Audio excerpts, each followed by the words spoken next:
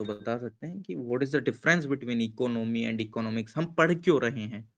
सबसे पहला सवाल तो यही आता है, अगर हम इकोनॉमी पढ़ रहे हैं तो व्हाई वी रीड, मतलब हमको क्यों करना चाहिए ये, व्हाई शुड वी रीड, है ना। तो सबसे पहला क्वेश्चन तो यही आना चाहिए कि एक तो ये कि हम पढ़ क्यों रहे हैं, सेकंड क्वेश्चन इकोनॉमी और इकोनॉमिक्स में डिफरेंस क्या है। अगर कोई बता सकते हैं तो प्लीज बता सकते हैं टाइप करके, या जो भी जैसे भी सुटेबल हो, कुछ भी बता सकते हैं ए टू जेड जो भी है। क्योंकि इफ अगर हम इंटरनेशनल रिलेशन पढ़ रहे हैं तो उसका क्या महत्व है यूपीएससी में, अगर मैं एंशिएंट हिस्ट्री पढ़ रहा हूँ तो क्यों पढ़ रहा हूँ, अगर मैं सोशल इशू पढ़ रहा हूँ क्यों पढ़ रहा हूँ, सोशल जस्टिस पढ़ रहा हूँ जीएस 2 में तो क्यों पढ़ रहा हूँ, है ना। इकोनॉमी पढ़ रहा हूँ क्यों पढ़ रहा हूँ, उसका एक डिफरेंस क्या, मतलब बेसिकली क्या है, बता सकते हैं आप प्लीज, अगर बताना चाहें, if अगर इंटरेस्टेड है तो। ऐसा नहीं है कोई कोई ऐसा सेशन चल रहा है, कोई जज कर रहा है यहाँ पे, कोई कुछ कर रहा है, कोई कुछ नहीं कर रहा है, जैसे सिंपल इंडिया जो है भी आता है बहुत ही, बताइएगा। हाँ हाँ बताइए। इंडिया डेवलपिंग कंट्री है तो रिसोर्सेज बहुत लिमिटेड है, इसलिए उस हम्म रिसोर्सेज का प्रॉपर मैनेजमेंट करने के लिए इकोनॉमिक्स पढ़ते हैं। हम्म। एक सेकंड, आपकी बहुत सही मैम, बहुत अच्छे बहुत अच्छे। वॉइस। सही सही। बहुत सही, आप सही बोला मैम आपने। ये रिसोर्सेज के यूटिलाइजेशन के लिए हम इकोनॉमिक्स में पढ़ते हैं। इकोनॉमी, चलो ठीक है मैं एक्सप्लेन कर देता हूँ मैम आपने, लेकिन हाँ बहुत अच्छा बोला आपने, सही बताया। देखिए अगर आप रमेश सिंह भी पढ़ते हैं तो उसकी बुक पे डायरेक्टली लिखा रहता है इंडियन इकोनॉमी, ना कि इंडियन इकोनॉमिक्स, है ना। कभी भी आप अगर देखेंगे तो इंडियन इकोनॉमी मिलेगा देखने को, ना कि इंडियन इकोनॉमिक्स। सब्जेक्ट भी हमारा इकोनॉमी से डिफाइन होता है ना कि इकोनॉमिक्स से। लेकिन हाँ इकोनॉमी जो होता हम जल्दी जल्दी में बोल देते हैं कि है लाइक इंडियन इकोनॉमी, बताइए। यूएस की इकोनॉमी या किसी भी कंट्री की इकोनॉमी बोलते हैं, and economics is a subject. तो इकोनॉमिक्स हाँ में like micro economics and macro मतलब पढ़ते हैं, तो वो एक सब्जेक्ट की टर्म में पढ़ते हैं, एंड इकोनॉमी एक कंट्री के लिए बोलते हैं। मेरे अकॉर्डिंग ये होना चाहिए। नहीं नहीं बहुत सही बहुत सही है, बहुत अच्छे। बहुत सही आपने सही बोला। देखो इकोनॉमिक्स सिंपल वे में क्या है, जैसे कि मैम बोल रहे थे है ना, कि जो रिसोर्सेस हैं हमारे पास, है ना, किसी भी एक मतलब जो एक तरीके से एक सोसाइटी के पास, किसी पीपल के पास एक वो रीजन स्पेसिफिक नहीं है। इकोनॉमिक्स से आप किसी भी एक रीजन के रिसोर्सेस को नहीं बता सकते कि ये यहाँ के रिसोर्सेस हैं। अल्टीमेटली अगर मैं इकोनॉमी की बात करूं और वहां पे मैं लिख देता हूँ इंडियन इकोनॉमी, तो वहां पे ये जिक्र हो गया कि वो भारत की इकोनॉमी के बारे में बात कर रहे हैं। अगर मैं वहीं पे यूएस लिख देता हूँ तो वो यूएस की इकोनॉमी के बारे में बात कर रहा हूँ। तो इकोनॉमिक्स एक स्टडी है किसी सोसाइटी के पास जो रिसोर्सेस हैं, उनसे किस तरीके से गुड्स एंड सर्विसेज को प्रोड्यूस करा जाए जो कि पीपल के द्वारा डिमांड करे जा रहे हैं।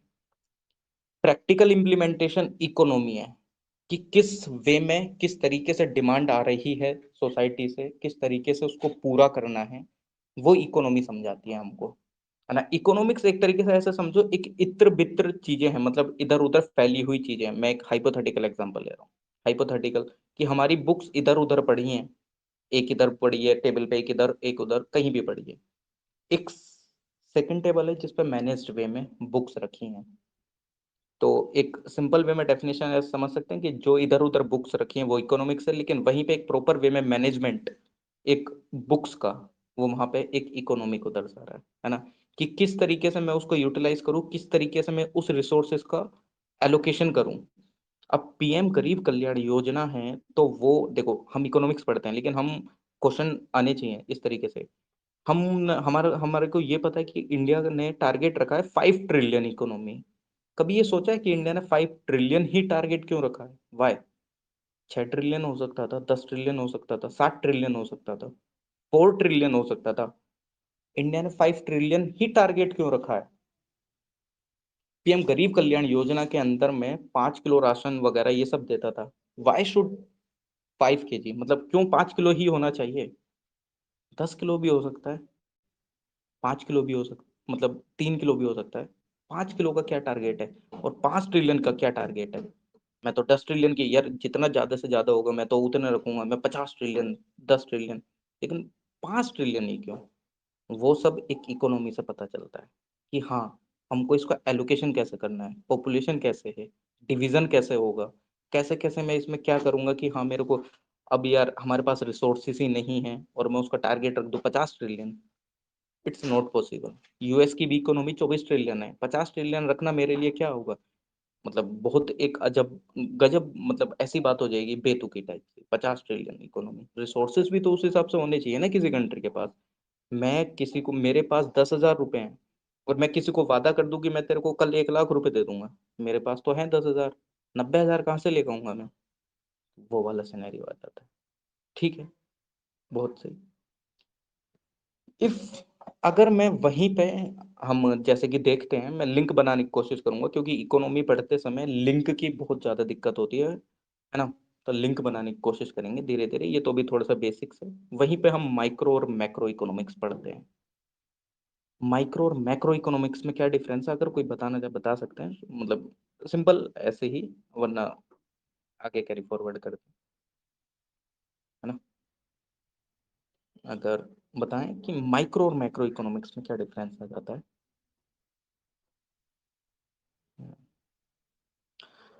ठीक है, मैं कैरी फॉरवर्ड कर देता हूँ। देखो, हमेशा इकोनॉमिक्स में टर्म को हमेशा अगर तोड़ के देखोगे ना तो बहुत बेनिफिशियल रहोगे। अगर कभी भी चीजें ध्यान नहीं आती हैं तो सिंपल एक चीज करना है इकोनॉमिक्स में, उसकी टर्म को तोड़ देना। Micro, micro economy, micro plus economics, macro economics, macro plus economics.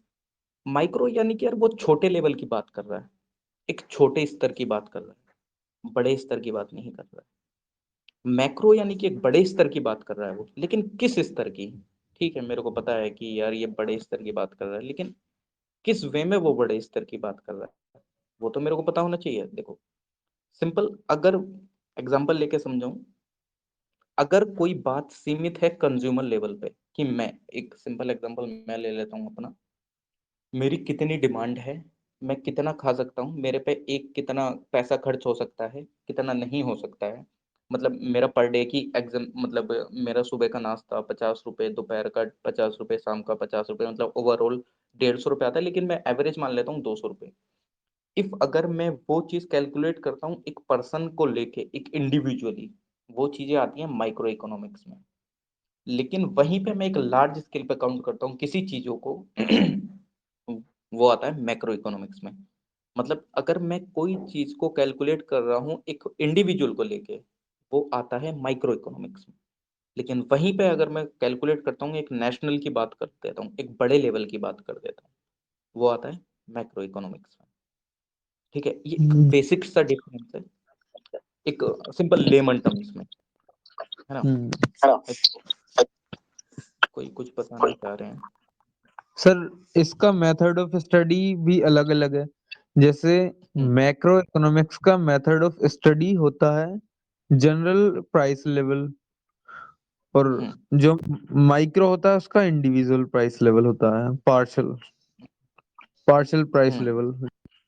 मतलब हम्म वहां पे इंडिविजुअल लेवल पर हम इकोनॉमिक प्रॉब्लम्स को सुलझाने की कोशिश करते हैं, लेकिन जब पूरी इकोनॉमी एज अ होल की बात होती है, यहाँ पे ये जो सेंट्रल प्रॉब्लम्स ऑफ इकोनॉमी है इनको सुलझाने की बात करते हैं हम, तो वो आता है मैक्रो इकोनॉमिक्स में। Is it sir? एग्जैक्ट, हाँ हाँ, एग्जैक्टली एग्जैक्टली, बहुत सही। लेमन टर्म्स में इतना पता होना चाहिए बस, है ना। और हाँ, अगर हम और थोड़ा सा लार्ज स्केल पे, अगर मैं मतलब थोड़ा सा बात करूँ, तो जिस टाइम पे हम मॉनेटरी पॉलिसी में रेपो ये सब पढ़ेंगे ना, तो आप बताइएगा कि ये मैक्रो में आएगा कि माइक्रो में आएगा, कि repo rate, reverse repo rate, LAF, bank ये सब।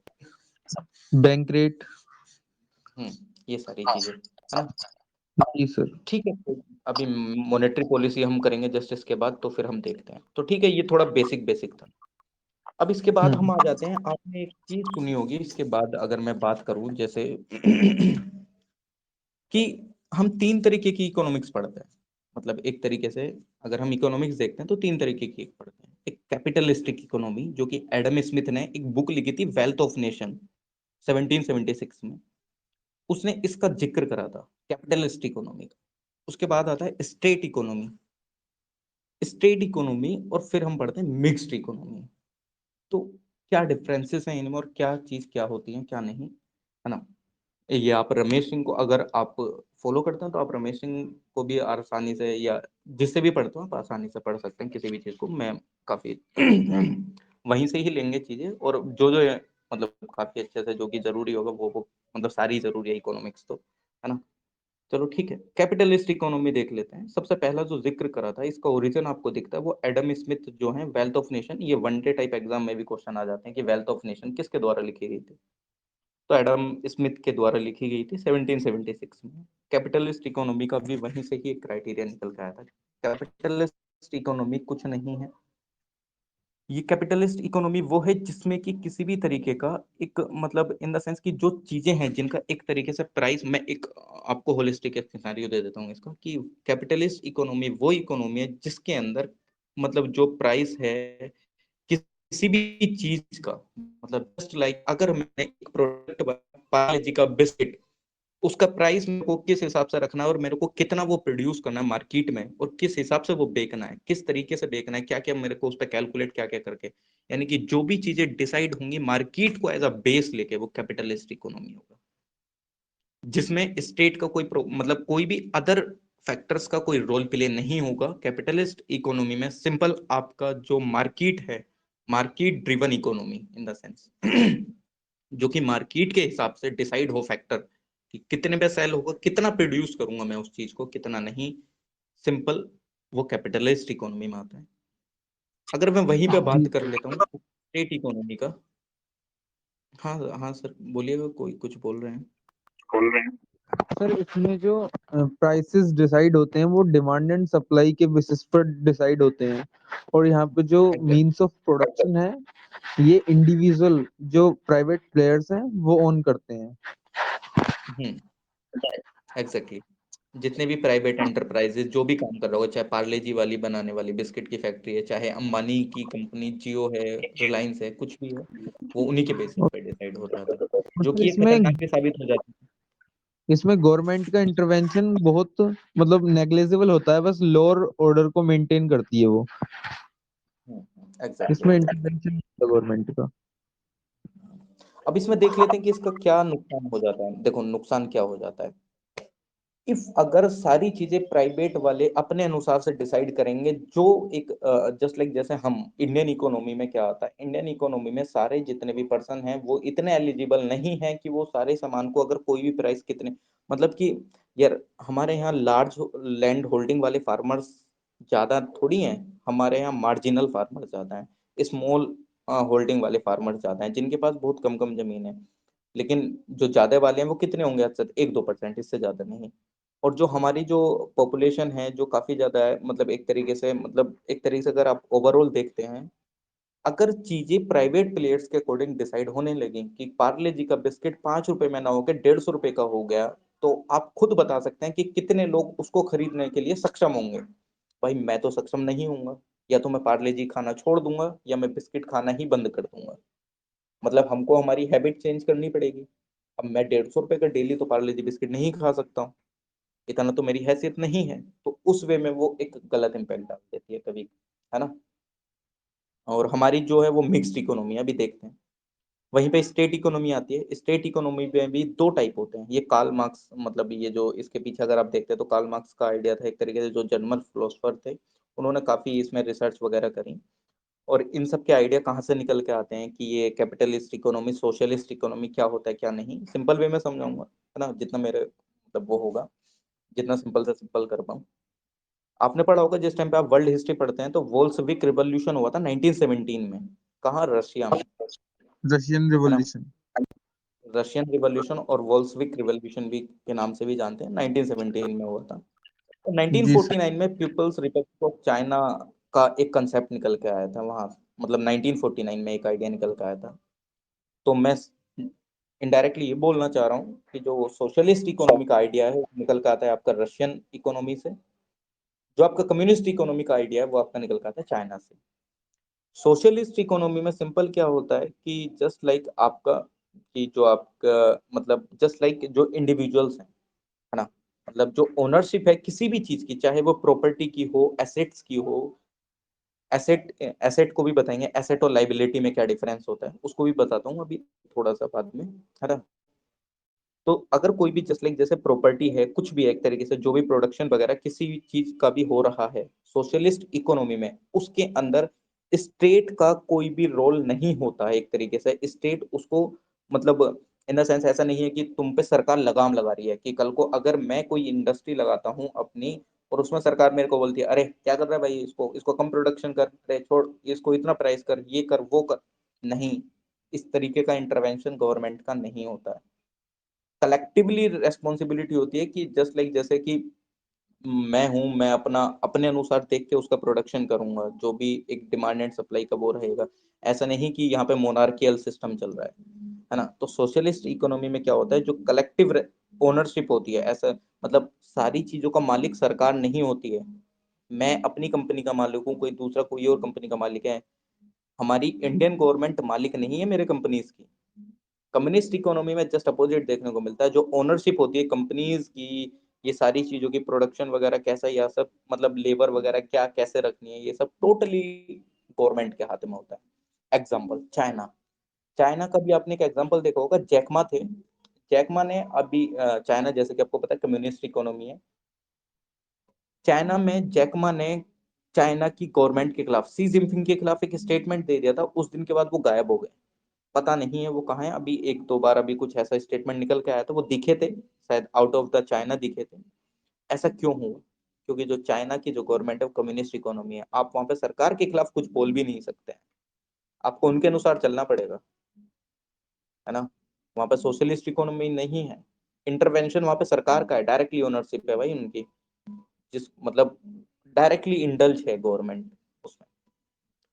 लेकिन अगर मैं वहीं पर मिक्स्ड इकोनॉमी की बात करता हूँ, जो थर्ड टाइप आता है हमारे इकोनॉमी का, मिक्स्ड इकोनॉमी का। मिक्स्ड इकोनॉमी में एक चीज देखने को मिलती है क्या, मिक्स्ड इकोनॉमी में दोनों चीज का एक मिक्सचर है। अगर मैं इसको तोड़ू तो मिक्स्ड इकोनॉमी यानी कि दो चीज का मिक्सचर, यानी कि उसमें गवर्नमेंट का भी इंटरवेंशन, ओनरशिप मतलब एक तरीके से गवर्नमेंट का इंटरवेंशन भी होगा लेकिन ओनरशिप उसकी नहीं होगी। जस्ट लाइक एग्जांपल ले लेते हैं यार, अगर इंडियन गवर्नमेंट मतलब जस्ट लाइक जैसे इंडिया का ही एग्जांपल लेते हैं हम, अगर ओनरशिप एक तरीके से पूरी इंडियन गवर्नमेंट की हो जाए या सारी चीजें उस लेने लगे, तो इंडियन गवर्नमेंट इतनी सक्षम नहीं है कि वो इंडियन इकोनॉमी को काफी अच्छे से चला पाए। आपको देखने को भी मिलता होगा फिस्कल डेफिसिट कितना रहता है गवर्नमेंट के पास, क्या सब मतलब इतना सारे चीजें रहते हैं। और इंडियन कंट्री और जो हमारी इंडिया कंट्री है वो भी इतनी सक्षम नहीं है कि पूरा टोटली प्राइवेट प्लेयर के ऊपर चला पाए। क्यों यार, कल को मैं किसी को क्रिटिसाइज नहीं कर रहा हूँ किसी बिजनेसमैन को, लेकिन मैं एक एग्जांपल के तौर पे ले रहा हूँ। कल को अडानी, अंबानी या डायमंड प्लेयर जितने भी हैं, या जो भी एमडीएच मसाले कोई भी, कल को अगर वो प्राइस अपने हाइक कर देते हैं, 10 रुपए का मसाला मिलने वाला 200 रुपए का मसाला हो जाता है, तो आपको क्या लगता है कितनों के घर में खाना बनेगा फिर? दो दो दिन बाद वो मसाले वाला ये सब बना के खाना खाएंगे, वरना तो वो कच्चे ही खाएंगे। अब इस चीज को कंट्रोल करने के लिए स्टेट गवर्नमेंट का इंटरवेंशन भी चाहिए होता है, जिसकी वजह से हमारे यहाँ कॉम्पिटिशन कमीशन ऑफ इंडिया भी है।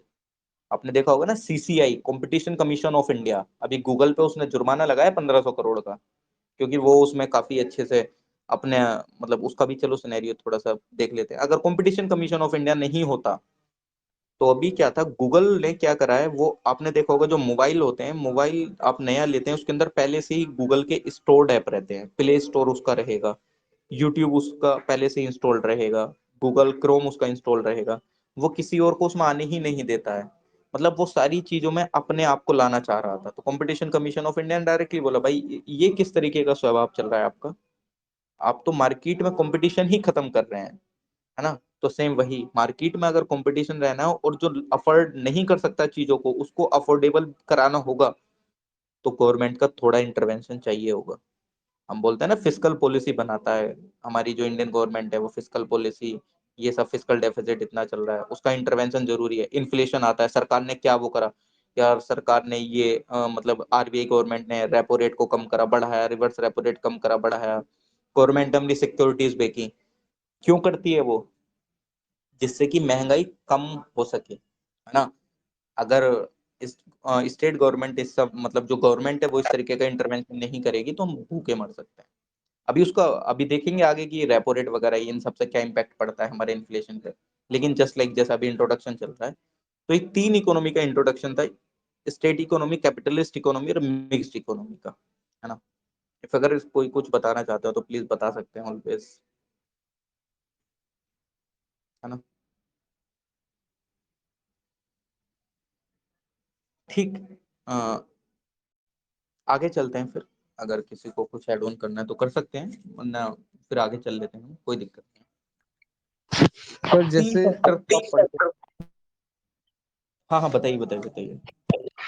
सर जैसे गवर्नमेंट को कभी इंटरवीन करना होता है, जैसे मान लीजिए कोई एक प्रोडक्ट है और प्राइस, गवर्नमेंट को ही लग रहा है कि इसका प्राइस इतना तो नहीं होना चाहिए। जैसे मान लीजिए नमक है सर, तो मान लीजिए नमक है, हम्म प्राइस बढ़ा देते हैं हम्म प्राइवेट इंडिविजुअल्स, तो यहाँ पे गवर्नमेंट इंटरवीन कर देती है मिक्स्ड इकोनॉमी में।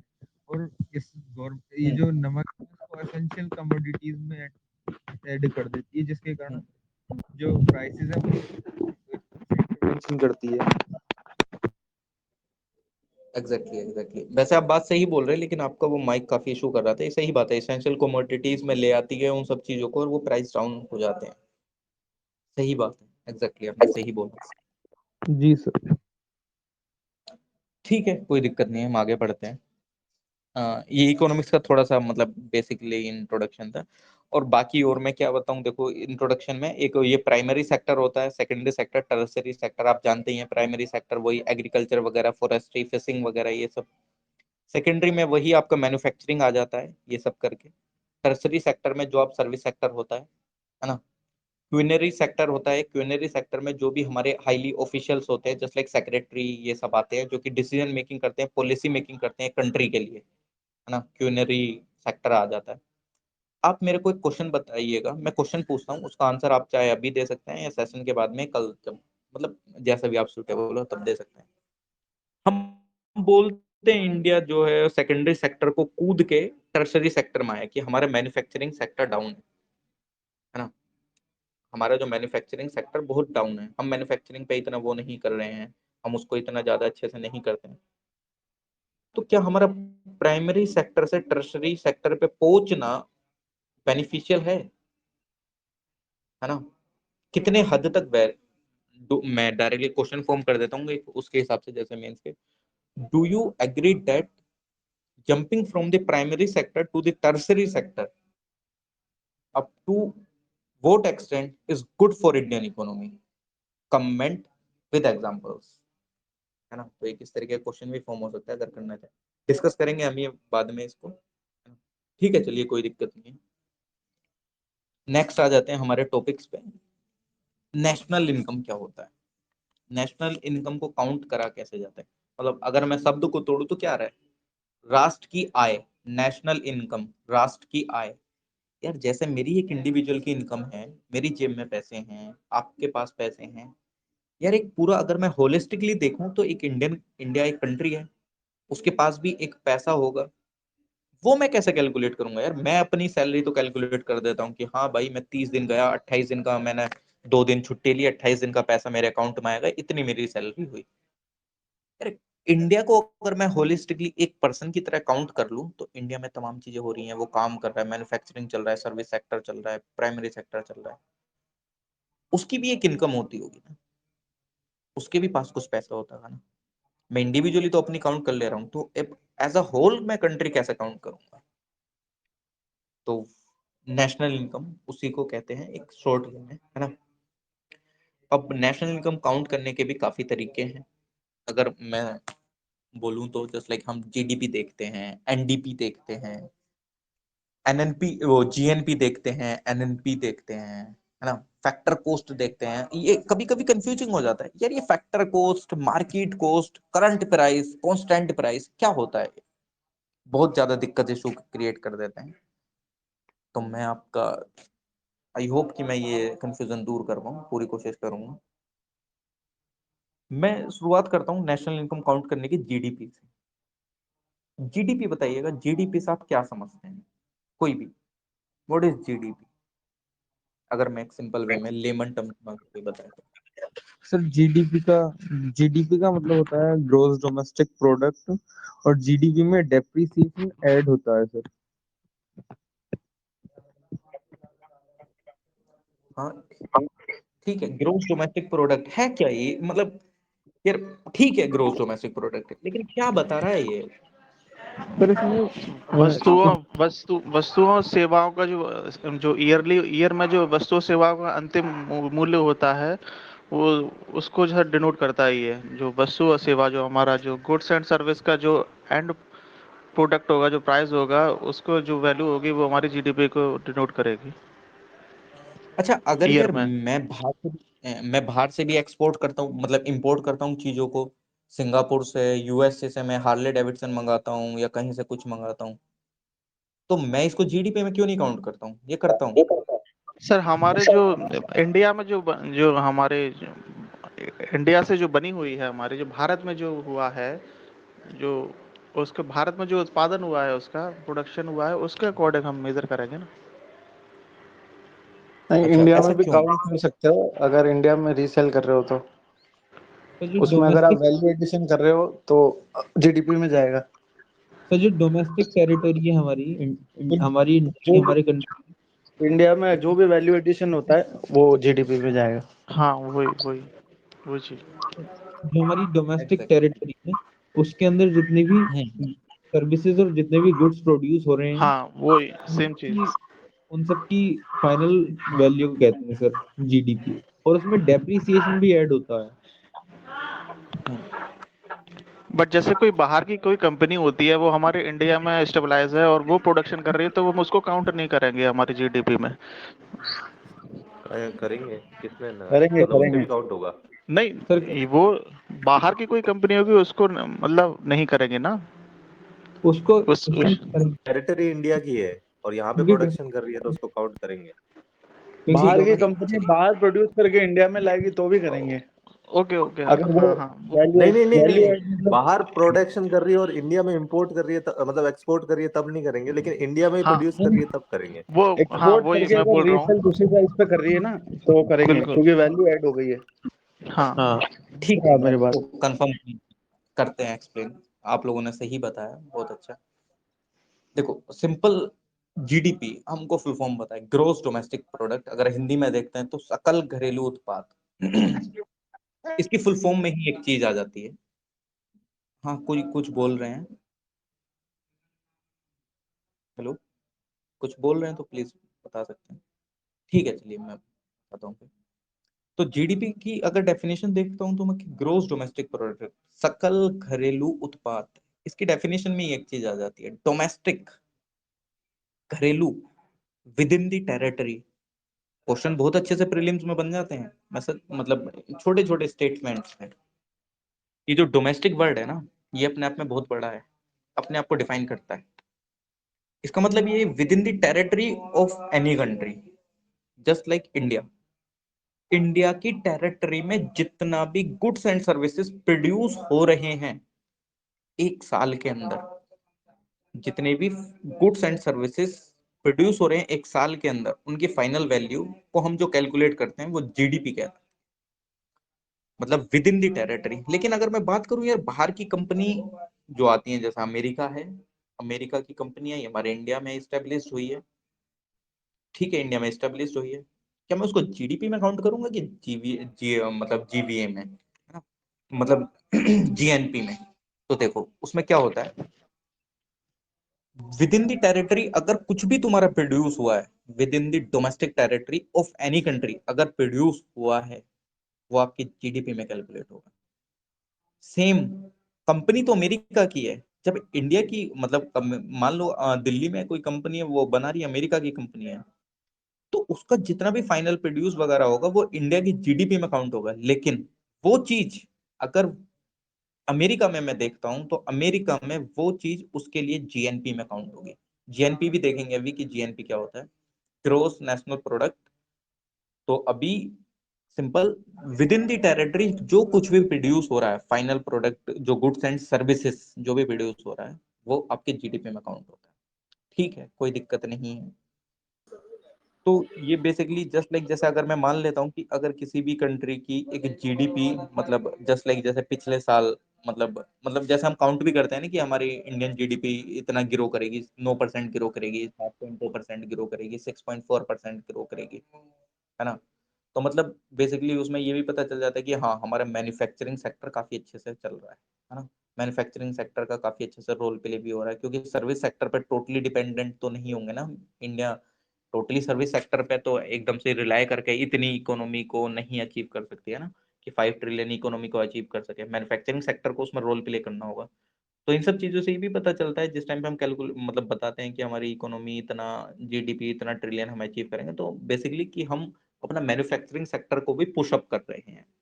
क्योंकि अगर हम टोटली सर्विस पे डिपेंडेंट हो जाएंगे तो बहुत मुश्किल हो जाएगा इंडिया को ये सब अचीव करना, है ना। तभी तो आपने देखा होगा, तभी इंडिया क्या चलाता है प्रोग्राम, यूनियन गवर्नमेंट क्या make in India program, startup stand up, इस तरीके के लोन प्रोवाइड भी करता है, एमएसएमई लोन प्रोवाइड करता है, तरुण किशोर, इस तरीके से, है ना।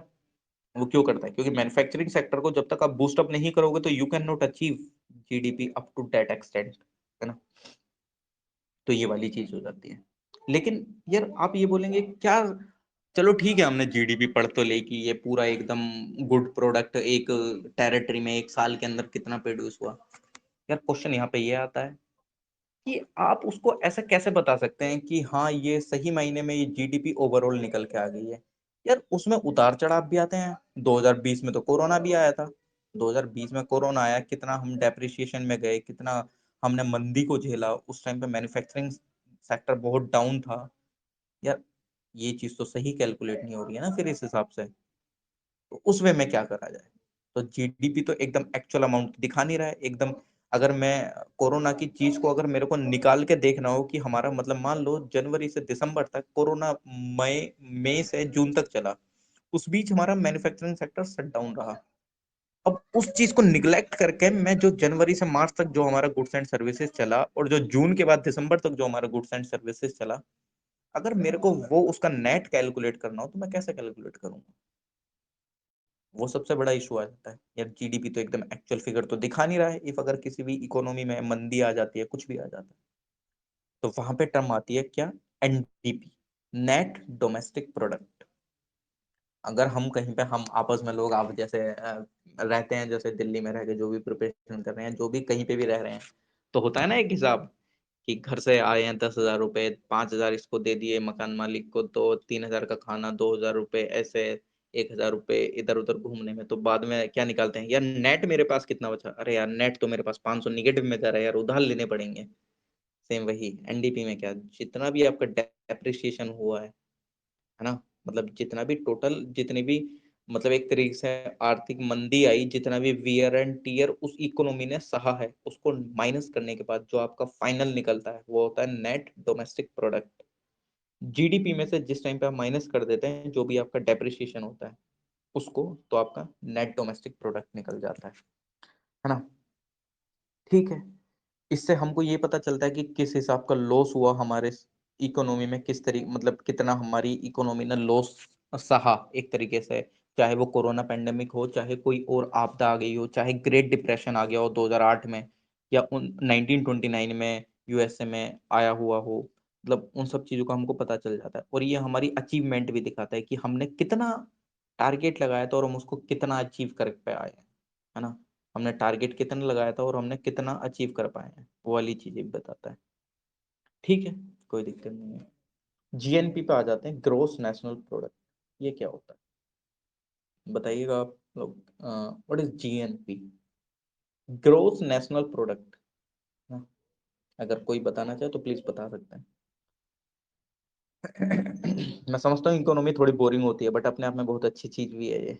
नंबर बहुत अच्छे से दिलाती है ये। काफी अच्छे से इसको कर लिया जाता है। तो बोरिंग होती है लेकिन आईएएस बनाने में बहुत अहम अहम योग भी निभाती है ये।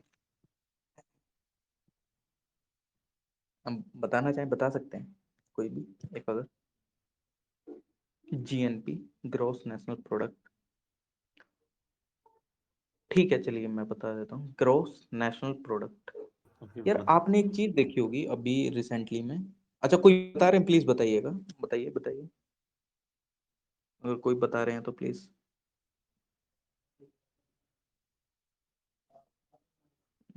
ठीक है चलिए बता देता हूँ। अभी कोरोना में आपने करंट अफेयर काफी अच्छे से फॉलो कर रहे हैं, तो आपने एक चीज देखी होगी क्या, कि यार कतर ने अभी बैन लगा दिया था हमारे लेबर पे। है ना। कतर कंट्री ने 2020 में बैन लगा दिया था, मतलब माइग्रेशन वगैरह इन सब पे। यूएसए ने भी H1B वीजा ये सब पे बैन लगा दिया था। हमें ब्रिटेन में भी अभी बैन वीजा का इशू चल रहा था काफी, जिसकी वजह से वो मतलब ये जो क्या नाम है, ऋषि सुनक बने बाद में मतलब हमारे प्राइम मिनिस्टर, वो जो पिछली वो क्या नाम था उनका, मैं नाम भूल गया, नाम ध्यान नहीं आ रहा, उन्होंने कुछ ऐसी स्टेटमेंट दिया था कि हम इस वजह से नहीं आना, वीजा इशू करते हैं क्योंकि यहाँ पे सारे इंडियंस आ जाएंगे ये सब, जिसकी वजह से लिज ट्रस की सरकार गिर गई थी। अब उन सब का ये जीएनपी से क्या रिलेशन है भाई, है ना। मतलब बोल तो रहा हूँ मैं, लेकिन इन सब से क्या रिलेशन है इस सब चीज का, इसका है रिलेशन। ओवरसीज ओवरसीज की इनकम जो भी होती है जीएनपी में भी जाएगी। मतलब अगर रेसिडेंट है, इंडिया का रेसिडेंट है, बाहर कोई इनकम कमा रहा है, मान लो लेबरर है, जो भी है बाहर काम कर रहा है अगर कतर में, तो उसकी जो भी इनकम होगी वो जीडीपी में ऐड होके, और अगर यहाँ से जो कमा रहे हैं बाहर के रेसिडेंट्स वो माइनस कर देंगे तो जीएनपी आएगा। कुल मिला के जो फॉरेन इनकम है वो जो चीज़ है ना उसको भी इंक्लूड करेंगे। ओके ठीक है। अच्छा, एक मेरा बेसिक सा सवाल है पॉलिटी से रिलेटेड, अगर जैसे यहीं पे बात हुई थी, आप टाइप कर सकते हैं जिसको पता होगा, जो भी आप लोगों को, है ना। फिर जीएनपी बात करें, मैं पॉलिटी नहीं कर रहा हूँ, लेकिन हाँ पॉलिटी का क्वेश्चन आ जाता है। ये जो बाहर जो हमारी पीपल्स हैं जो बाहर कमा रहे हैं, जो बाहर जॉब करने जाते हैं, वो जो पैसा भेजते हैं अपने घर पे अपने परिवार वालों को, वो जो पैसा होता है इंडिया के किस फंड में गिना जाता है? Consolidated fund of India, contingency fund of India, public account of India, किस फंड में वो गिना जाता है, किस फंड में वो ऐड होता है? आप टाइप कर सकते हैं जिसको भी पता हो, है ना। अब ठीक है, देख लेते हैं जीएनपी को। तो जीएनपी में बेसिकली सबसे फर्स्ट चीज कि हाँ, जितने भी हमारे बाहर पर्सन काउंट कर रहे हैं यार, हमारे कंट्री में आ रहा है यार, हमारी जो फॉरेन रिजर्व जो एक्सचेंज जो फॉरेन रिजर्व जो हमारा रहता है वो किस वजह से रहता है? हमारे फॉरेन नेशनल्स इतने ज्यादा काम करते हैं, जब तो हमारा 500 मिलियन चला जाता है, 500 बिलियन हमारा फॉरेक्स रिजर्व रहता है, जिसकी वजह से आरबीआई काफी टेंशन फ्री रहता है, चाहे इन्फ्लेशन आ भी जाए तो, है ना, टेंशन फ्री रहता है।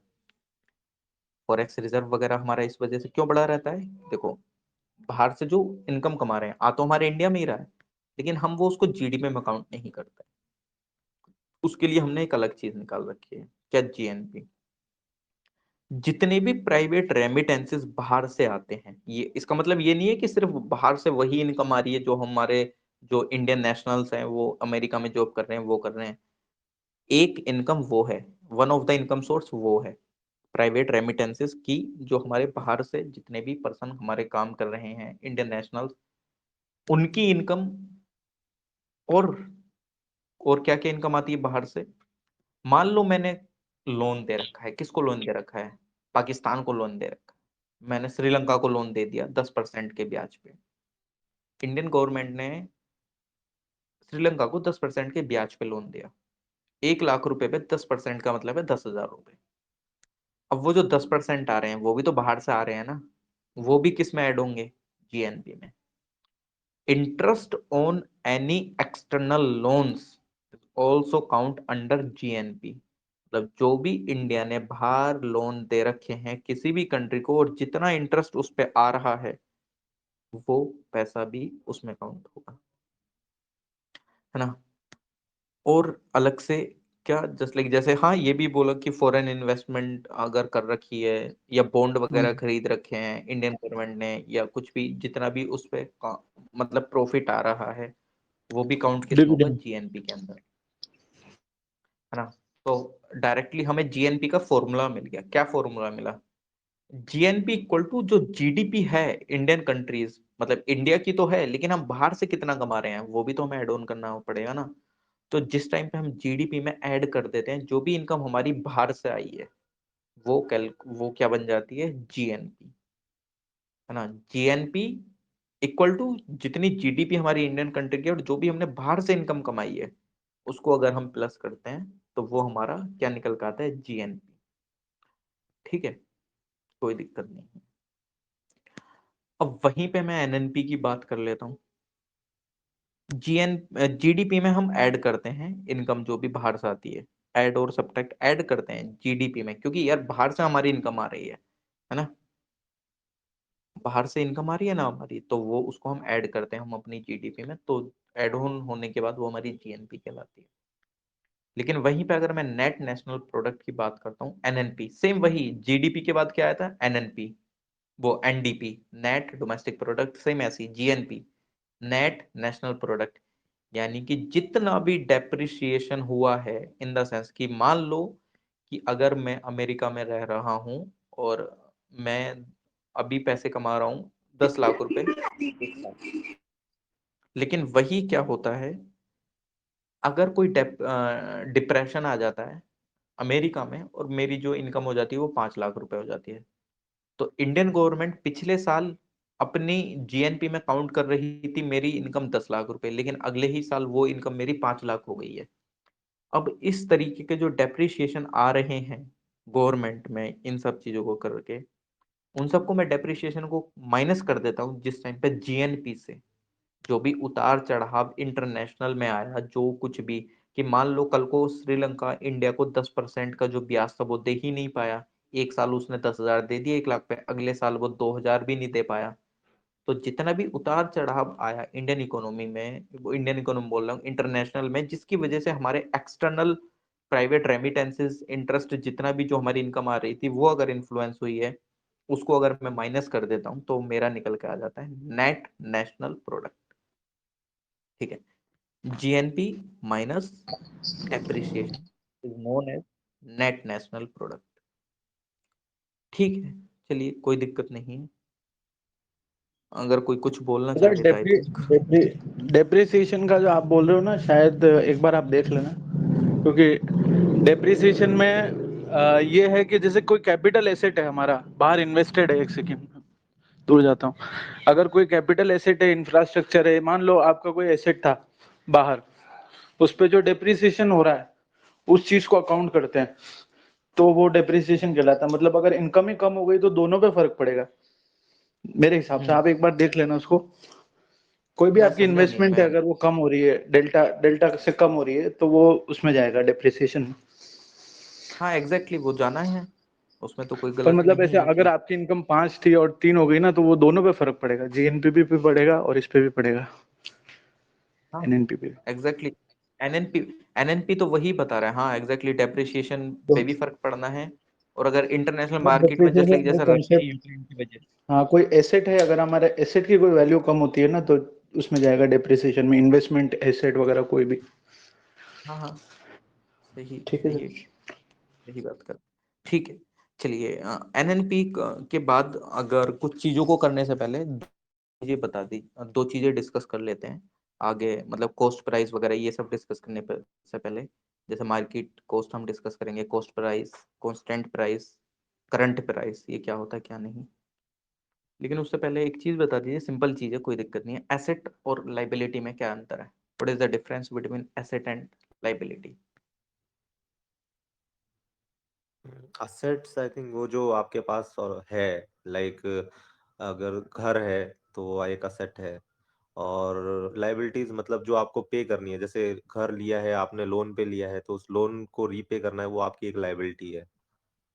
तो ऐसे ही जो चीजें हमारे पास है वो असेट्स है, जो हमें वो पे करनी है फ्यूचर में वो लाइबिलिटीज। तो ओके, अच्छा कोई और, अगर कोई बताना चाहे तो। एक कहावत भी बोल देते हैं इंग्लिश में कि जो, मतलब ये जो कि गलत है, नहीं बोलना चाहिए ऐसा, कि लड़कियां लाइबिलिटी होती हैं, एसेट नहीं होती हैं। अब आप यहां से समझ सकते हैं कि लड़कियां जो होती हैं वो एसेट होती हैं एक परिवार, वो लाइबिलिटी होती हैं एक परिवार के लिए, ना कि एसेट। एसेट्स बॉयज होते हैं, ऐसा बोलते हैं, लड़के एज अ एसेट माने जाते हैं हमारी सोसाइटी में, लड़के एज अ लाइबिलिटी मानी जाती है। आप बता सकते हैं फिर ऐसे ही इस वे में भी कि ऐसा ना पता, जो कि गलत है, होना भी चाहिए, मतलब ऐसा नहीं होना चाहिए। एसेट एसेट हर गिव वो एक चीज है रिटर्न लाइफ। जिसकी वैल्यू टाइम के साथ इंक्रीज होती है, उसको एसेट कहते हैं। जिसकी वैल्यू टाइम के साथ डिक्रीज होती है वो लाइबिलिटी होती है, और एक बर्डन भी मतलब होती है जिसकी लाइबिलिटी वैल्यू आपके टाइम, ऊपर। हम्म। अच्छा टाइम के साथ इंक्रीज होती है, जैसे गोल्ड एक और एसेट है, लाइबिलिटीज में वो नहीं। हाँ, गाड़ी एक लाइबिलिटी है। हम्म, एसेट वो चीज है जहां से आपको कोई फ्यूचर इनकम मिल सकती है, और लाइबिलिटी वो चीज है जहां पे आपकी फ्यूचर इनकम जाएगी। और फ्यूचर एक्सपेंसेस इनकम वो का है जहाँ इनकम अलग चीज होती है, इनकम नहीं है। मतलब ये है कि तुम जो तो हमने जो पैसा लगाया है ना, वो वहां पे क्या है कि डिक्रीज नहीं होगा। पैसे की जो वैल्यू है वो डिक्रीज नहीं होगी। वो आने वाले टाइम पे पैसे का रेट जो है वो बढ़ेगा बढ़ेगा। तो इनकम नहीं देखो बढ़ेंगे, ये फ्यूचर, है कि जो मैं आपका तो खुद वैल्यू अकाउंट्स था का वैल्यू स्टूडेंट हूँ, इंक्रीज कॉमर्स होगी। का स्टूडेंट हूँ, एक बार सुन तो लो। कॉमर्स और बचा क्या है, एक्सपेंसेस वो है जो आपको पे करना है और आपको बेनिफिट मिलेगा, उसके अक्रू अक्रू करेगा। लाइबिलिटी कोई भी चीज अगर मान लो जिसमें आपके फ्यूचर में इनकम जाएगी, मान लीजिए क्रेडिटर है, आपको बाद में पेमेंट करना है उसको, तो वो लाइबिलिटी है। लोन है तो वो आपकी लाइबिलिटी है, क्योंकि आपको बाद में उसके आपको बेनिफिट रिसीव हो चुका है और अब आपको उसकी पेमेंट करनी है फ्यूचर में। तो आपकी जो फ्यूचर की इनकम जाएगी वो आपकी लाइबिलिटी है। अब इसमें कोई अगर वो है प्रॉब्लम नहीं नहीं मतलब, नहीं तो मुझे भी बताओ। नहीं नहीं, सही बात है, सही ला, बात है। देखो सिंपल। हाँ हाँ, बोलिए बोलिए मैम। महिमा सिंह मैम। बोलिए मैम। लाइबिलिटी जो है मतलब एक तरह से एक जिम्मेवारी है जो समय के साथ खत्म भी हो सकता है। बिल्कुल बिल्कुल। और और एसेट मेरे समझ से एसेट, हाँ, जहाँ से इनकम आएगी आपकी बाद में, मान लीजिए मशीन है या जो भी है। इनकम केवल हाँ मॉनेटरी टर्म्स में नहीं होता है वैसे, अकाउंट्स के टर्म्स में मॉनेटरी नहीं होता इनकम, अगर नॉन मॉनेटरी चीजें भी है वो भी इनकम में काउंट होती है। ओके कुल ओके मिला के अक्रू करना चाहिए आपको। अगर आपको नहीं, कोई भी सिंपल वे में। बेनिफिट रिसीव होगा फ्यूचर में तो वो एसेट है। एग्जैक्टली एग्जैक्टली, बहुत सही। देखो सिंपल वे में कुछ नहीं, ये भी इन्होंने भी लिखा वैसे इन्होंने सही लिखा था। ये सिंपल चीज भी जैसे asset give return, liability is not give, not at all, ये सब ठीक है। देखो जस्ट लाइक यार, मैंने अगर कोई घर खरीदा ना, और उस घर में मैं, मतलब अगर उस घर को मैं किराए पे चढ़ा दे रहा हूँ, या कोई मैंने प्रॉपर्टी खरीदी उस पर बिल्डिंग बना के वो कर दिया, उसको पीजी बना दिया, कुछ करा दिया, तो वो मेरे लिए एक ऐसा एसेट काम करेगा, क्योंकि मैं पैसा इन्वेस्ट करने के बाद उसमें इनकम जनरेट कर रहा हूँ ना। और ये सही बात है, इनकम भी दो तरीके की होती है, एक मॉनेटरी वैल्यू में भी हो सकती है और नॉन मॉनेटरी वैल्यू में भी हो सकती है। लेकिन वहां पे मैं एज अ मॉनेटरी वैल्यू मतलब कमा रहा हूँ, क्योंकि मैंने यार, मैं उसमें खुद अगर रह रहा होता तो मेरे लिए कौन सा एसेट का काम कर रही थी वो चीज, है ना। मैं उससे कैसे, मैं उसमें रहने के अपने आप को थोड़ी पैसे दे रहा था, है ना। तो एसेट इन द सेंस कि वो आपको कुछ, चाहे वो मॉनेटरी टर्म्स में या नॉन मॉनेटरी टर्म्स में, आपको कुछ जनरेट करके दे रही है ना। मतलब उससे आपको कुछ इन द फ्यूचर फायदा हो रहा है। जस्ट लाइक जैसे मैंने ये वो चीज बोला था कि लड़कियों को लाइबिलिटी समझा जाता है, लड़कों को एसेट, तो ये सही बात है। ये सोसाइटी के अकॉर्डिंग ऐसा करते हैं, मैं इस चीज को नहीं मानता। लड़कों को एसेट इसलिए समझा जाता है कि वो बाद में रिटर्न्स देंगे, आप उन पर पैसा खर्च करो उनकी पढ़ाई लिखाई में, ये सब वो आपको रिटर्न देंगे। मतलब इन द सेंस वो आपकी सेवा करेंगे, माँ बाप की सेवा करेंगे, जो कि ऐसा होता नहीं है अगर प्रैक्टिकल चीजों पे आ जाए। ठीक है ना, एग्जाम्पल के तौर पे, जो कि मानसिकता है उसके तौर पे अगर आ जाए तो, यस कि वो आपकी सिक्योरिटी करेंगे, वो आपको उन पे पैसा खर्च करना एज एसेट है, कि आप अभी इन्वेस्ट कर रहे हो, आपको बाद में रिटर्न मिलेगा। लेकिन लड़की पे वही क्या समझा जाता है कि लड़की पे अगर पैसा खर्च करते हैं तो उसका रिटर्न नहीं आता है, वो तो ससुराल में जाएगी, उसको एक दिन तो ससुराल में जाना है, हमको क्या ये देगी वो, है ना। जो कि ये चीज गलत है, लेकिन हाँ, सही मायने में उसको ऐसे ही समझा जाता है कि यार उस पर पैसा खर्च करना तो बेकार है। इसलिए तो कुछ माँ बाप नहीं पढ़ाते हैं। चलो आजकल तो ठीक है, अभी जागरूकता आ गई है, इन चीजों को थोड़ा सा इग्नोर करा जा रहा है कि ऐसा नहीं है, 21st सेंचुरी है, साथ में चलते हैं, है ना। तो वो उसको इसलिए एज अ लाइबिलिटी काउंट करा जाता है। चलिए ठीक है, कॉस्ट प्राइस वगैरह इन सब पे देख लेते हैं कि एक तरीके से, पहले उससे पहले कुछ एक और टर्म देख लेते हैं, फिर उसके बाद आ जाते हैं। आप सिंपल वे में मेरे को बताइए कि मार्केट कॉस्ट से आप क्या समझते हैं और फैक्टर कॉस्ट से क्या समझते हैं, एक सिंपल वे में, विदाउट एनी नॉलेज ऑफ कि हाँ आपने इकोनॉमिक्स पढ़ी है, आप इकोनॉमिक्स के टर्म में। लेकिन अगर मैं एक इनजेन्युइन, मतलब किसी एक पर्सन से बोलूं कि यार मार्केट कॉस्ट से क्या समझ रहे हो तुम, है ना, मतलब मार्केट से क्या समझ आ रहा है उस वे में, एक कि क्या समझ आता है। मार्केट कॉस्ट हम बोलते हैं, GDP at market cost, GDP at factor cost.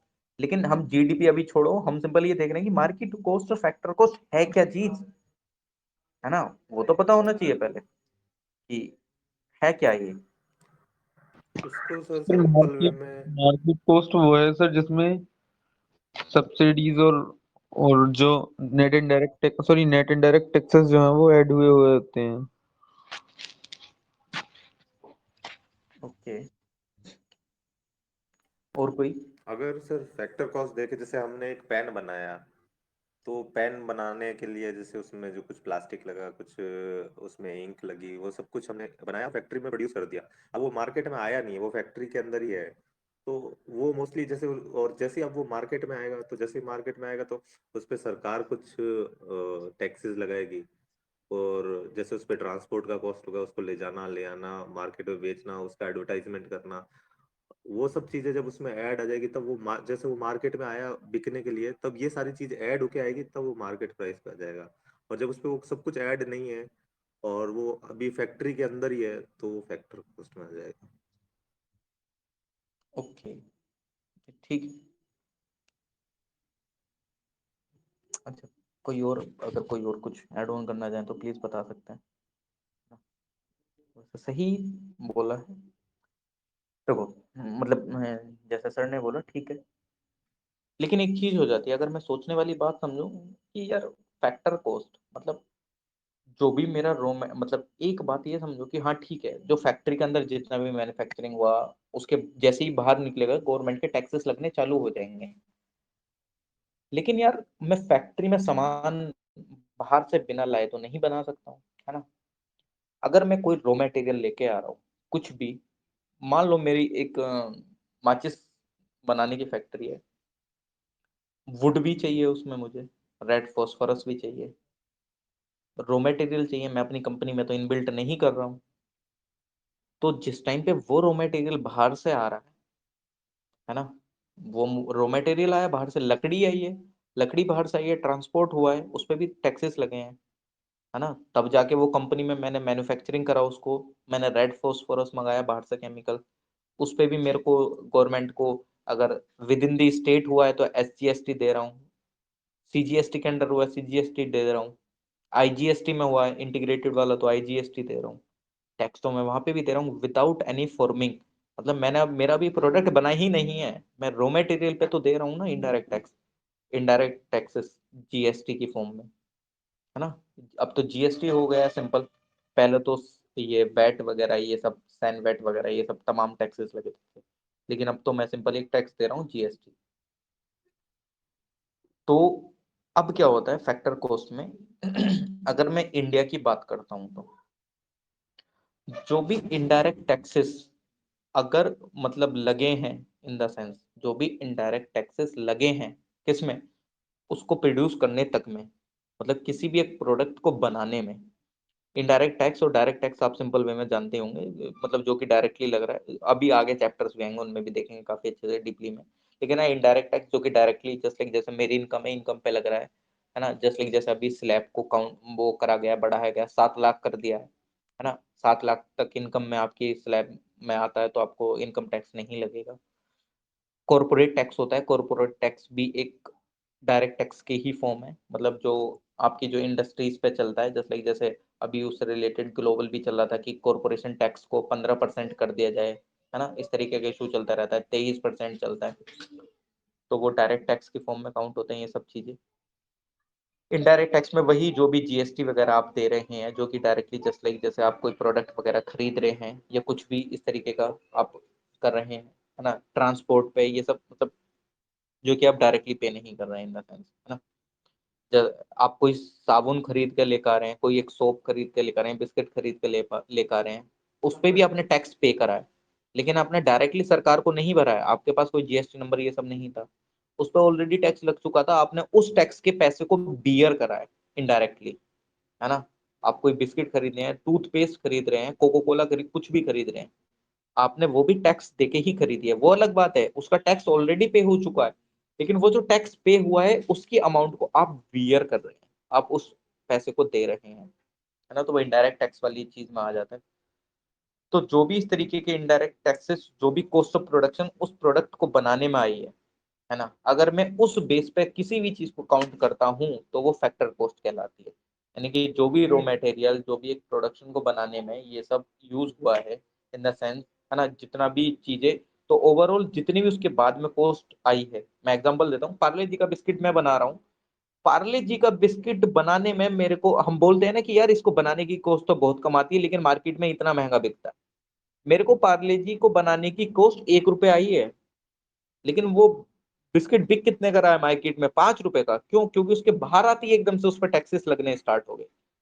अगर मैं वो चीजें अगर जस्ट लाइक जैसे कि मैं अपनी जीडीपी को काउंट करता हूँ फैक्टर कॉस्ट पे, वो सिंपल प्रोडक्ट बताए, मतलब वो जीडीपी जो मेरे को देखने को मिलेगी वो देखने को मिलेगी कंपनी के रेस्पेक्ट में, जो कि कंपनी में प्रोडक्ट बना है फाइनली कितने रुपए में बना है, 1 रुपए में बना है।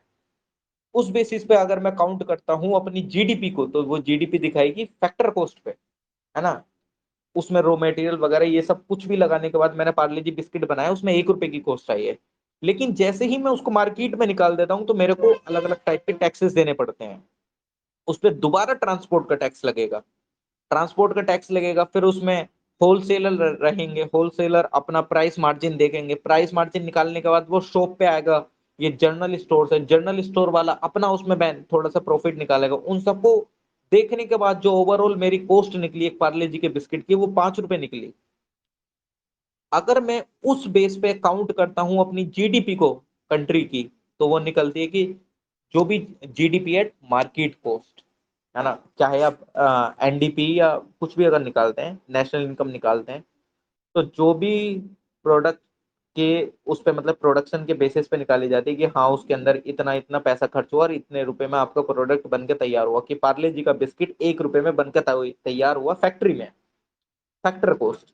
लेकिन वही प्रोडक्ट जिस टाइम पे मार्केट में निकल जाता है, उस पर तमाम तरीके के टैक्सेस लगने के बाद, और गवर्नमेंट भी कुछ सब्सिडीज प्रोडक्ट मतलब वो करती है, प्रोवाइड करती है, ये सब, है ना। उन सब चीजों को ओवरऑल कैलकुलेट करने के बाद जो मेरी उस प्रोडक्ट की प्राइस निकल के आया, तो वो मेरा मार्केट कॉस्ट होगा ना। तो बेसिकली आज थोड़ा सा इसको यहीं पे इतना ही स्टॉप करते हैं, बाकी मतलब करते हैं, है ना। तो आज बेसिकली हमने 3-4 टॉपिक ही देखे, इकोनॉमिक्स, इकोनॉमी में क्या डिफरेंस है, capitalist economy, mixed economy, state economy, और ये नेशनल इनकम में जीडीपी, जीएनपी, एनडीपी, एनएनपी, थोड़ा सा फैक्टर कॉस्ट और मार्केट कॉस्ट, या और थोड़ा, है ना, मतलब बेसिकली रमेश सिंह के ही अकॉर्डिंग हम चलेंगे चीजों को लेके, है ना। आई होप कि मैंने चीजें कुछ ऐसा मतलब लगता हो कि मैंने कुछ गलत बोला तो आप बता सकते हैं, है ना। मैं उसको क्लेरिफाई करने की कोशिश करूंगा, वरना तो फिर कल से इसको कंटिन्यू करते हैं फिर अगले टॉपिक से। और इसको मतलब लक्ष्मीकांत याद आ रही है, रमेश सिंह के ही अकॉर्डिंग इसको पूरा करेंगे, और कोशिश रहेगी कि इसको पूरा करें रमेश सिंह को टोटल, है ना। लेकिन हाँ थोड़ा सा ये हो सकता है कि चैप्टर आगे पीछे हो गए, कि कभी कभी क्या होता है लिंक बैठाने के लिए थोड़ा चैप्टर जस्ट लाइक, जैसे मैं जहां तक समझता हूँ कि मॉनेटरी पॉलिसी में कुछ टॉपिक्स के साथ कुछ टॉपिक पढ़ने जरूरी हैं, उसके साथ फिस्कल पॉलिसी के टॉपिक, तो उन चीजों को आगे पीछे कर लेंगे। लेकिन हाँ ये है कि पूरे लिंक के अनुसार चलेंगे। मेरे को लगता है कि इन्फ्लेशन के बाद मॉनेटरी पॉलिसी पढ़ना ज्यादा जरूरी है, या इन्फ्लेशन से पहले मॉनेटरी पॉलिसी पढ़ना ज्यादा जरूरी है, तो हम वो चीज पहले पढ़ लेंगे, क्योंकि इकोनॉमिक्स में लिंकेज का ज्यादा महत्व है ना। ठीक है, इफ अगर किसी का कुछ ऐसा डाउट है या कुछ भी, तो प्लीज बता सकते हैं, मैं क्लेरिफाई करने की कोशिश करता हूँ। बाकी फिर कल स्टार्ट करते हैं आगे, मतलब base year, constant price, current price, ये सब क्या होता है ना। ठीक है। सर आपने वॉइस को रिकॉर्ड भी किया क्या? हाँ मैम मैंने रिकॉर्ड कर रहे हैं। तो आप सेंड कर देना ग्रुप। ठीक है मैम।